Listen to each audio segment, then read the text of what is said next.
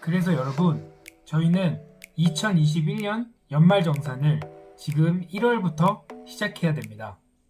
안녕하세요. 재테크왕에 도전하는 미스터 조이입니다. 사실 2019년 연말정산은 2020년 2월 15일까지 하면 끝납니다. 그래서 이번 연말정산은 이미 늦었습니다.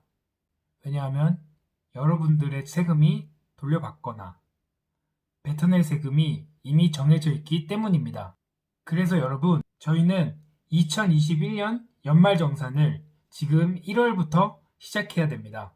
그런데 왜 내년 연말정산을 올해 1월부터 준비를 해야 될까요? 그 이유는 우리가 하는 이 계획적이고 지혜로운 소비가 바로 돈이 되기 때문입니다. 먼저 13월의 월급이라고 불리는 이 연말정산에 대해서 알아볼까요? 쉽게 말해서 연말정산은 원래 낸 세금을 더 낼지 덜 낼지를 정산하는 것을 말합니다. 즉, 저희의 소득에서 공제할 것을 찾고 그 결과로 결정된 세금을 자신이 기존 납부한 세금과 비교하여 낮다면 돌려주고 높다면 뺏어갑니다.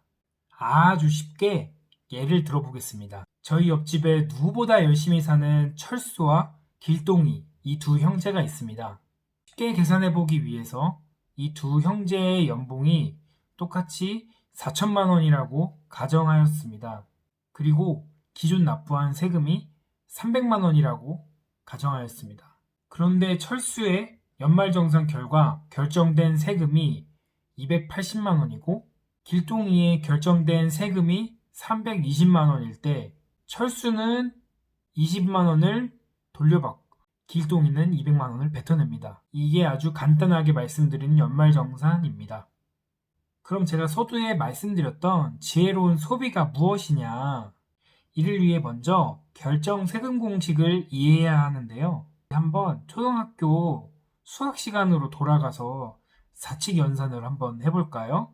최종 납부해야 되는 세액은 이렇게 결정이 됩니다. 각종 소득에서 소득공제를 빼면 종합소득과세표준이 나옵니다. 거기에서 2019년에 결정된 종합소득과세표준을 그 구간에 맞게 세율을 측정하면 그게 산출된 세액이 나옵니다. 거기에서 각종 세액 공제와 감면을 하게 되면 결정 세액이 나오고 기존 납부했던 세액을 빼면 최종 납부세액, 즉 연말정산의 결과가 나오는 것입니다.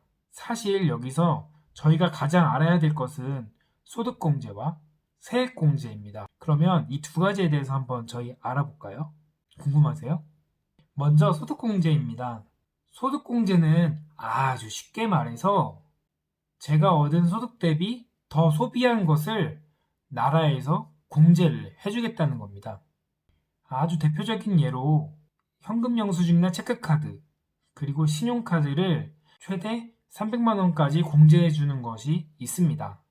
단 기본적으로 총소득의 25% 이상은 소비를 하셔야 돼요. 사실 그렇지 않으면 이 카드를 사용한 것 자체가 사실 무의미해지거든요.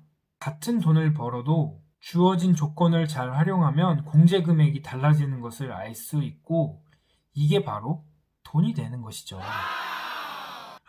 두 번째는 세액공제입니다.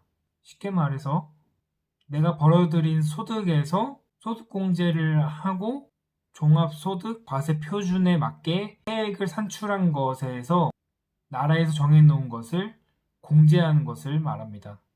대표적으로는 기부금, 연금저축, 의료비, 월세비 등이 있습니다. 그래서 아까 말씀드린 소득공제하고 이 세액공제하고 차근차근 정리해서 말씀을 다시 드리겠습니다. 소득공제와 세액공제의 완결편. 둘은 철수하고 길동이의 소득은 4천만 원입니다. 그리고 세금 납부액이 350만 원으로 가정하였습니다. 그래서 철수는 신용카드가 1,000만 원, 그리고 체크카드하고 현금 영수증이 1,000만 원, 그리고 종교단체 기부금이죠. 교회 헌금 100만 원, 종교단체 외 기부금, NGO단체 후원 100만 원 하였다고 가정하였고 길동이는 신용카드 1,500만 원, 그리고 현금영수증 체크카드 500만원 소비하였다고 가정하였습니다. 공제나 뭐 부양가족공제 이런 것들이 있지만 그런 건 제외하고 지혜로운 소비를 하고 이런 기부금이나 세액공제에 대한 제도를 활용했을 때 차이를 말씀드리려고 하는 거예요. 그래서 보시면 총 소득이 4천만 원이라고 나왔잖아요. 그리고 현금카드 비율을 더 잘 썼을 때 300만 원이 소득공제가 되고 길동리의 경우에는 225만 원이 공제가 됐어요. 그러면